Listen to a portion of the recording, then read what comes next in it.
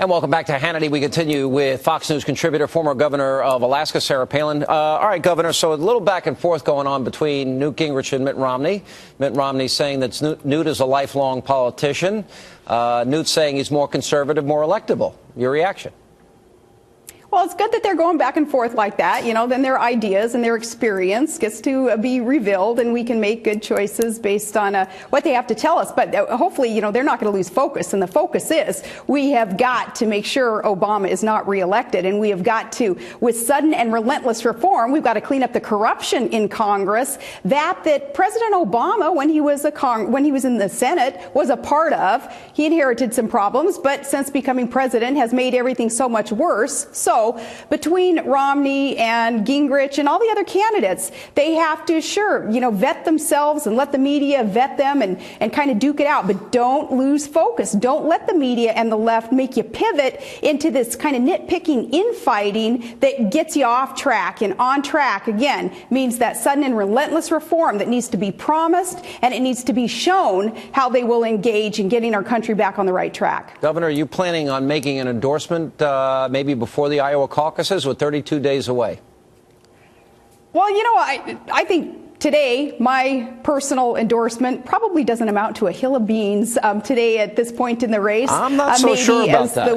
Maybe as the weeks progress, it would become a little bit more significant. But right now, no, you know, I don't really cast any vote based on anybody else's endorsement of a candidate. Well, but I mean, have great respect for the wisdom of the people. I have great respect. I wouldn't minimize the impact of an endorsement. On your show, especially, yeah. But no, the wisdom of the people, the American voter doing their own homework, knowing who these candidates are, what they represent, what their experience provides them, they will be making up their own mind. And I honestly don't think that, a pundit at this point and their personal endorsement, again, really amounts to a hill of beans. All right, but you are a leader in the Tea Party movement. Well, let me ask the question a different way.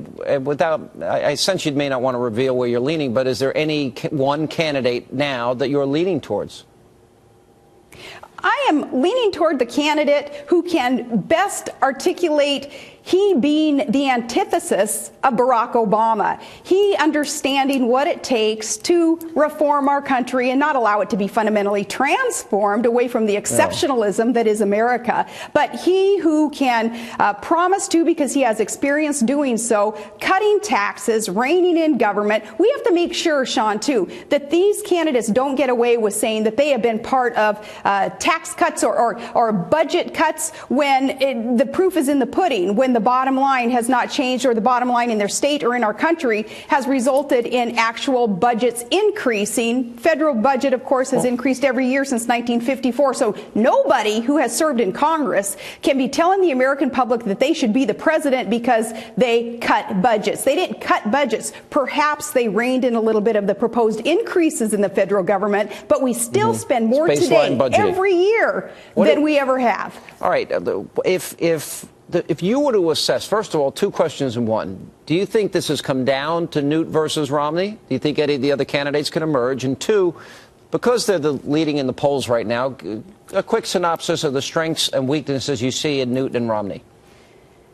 I don't think it has come down solidly to Newt versus Romney. No, not yet, because there still is a lot of fluid dynamic going on in this race. And if voters start kind of shifting gears and deciding they want ideological consistency, then they're going to start paying attention to, say, Rick Santorum, who has been consistent on being a hardliner against Iran to help protect Israel. He's been consistent in wanting to protect the most vulnerable and the sanctity of life. He's been consistent in saying we need to slash the federal income tax. I say we need to do away with it. That's the only way to reindustrialize America and create jobs. People will start paying attention to some of these other messages from some of the other messengers like Rick Santorum. You're going to see that happen still in the next 32 days. So what do you think of the strength? Because I'm surprised that Rick hasn't done better in the polls. I said that to him earlier today on my radio show. But just the top three strengths and weaknesses of Mitt and Newt, because they are leading pretty significantly in the polls. What do you think?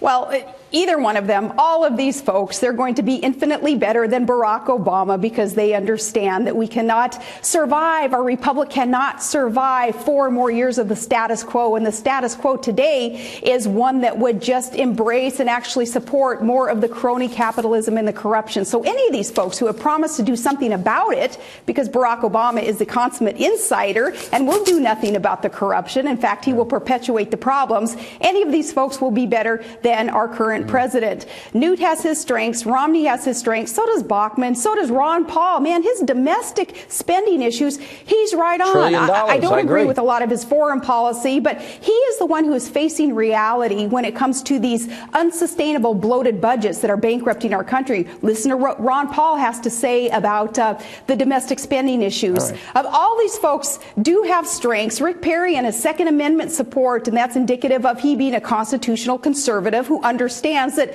the federal government can not take away the rights that are inherent and written out very clearly in our Constitution. They all have strengths. They'd all be infinitely better than Barack Obama. That I agree with. And all right, last question. Is there any part of you that wishes maybe you did get in?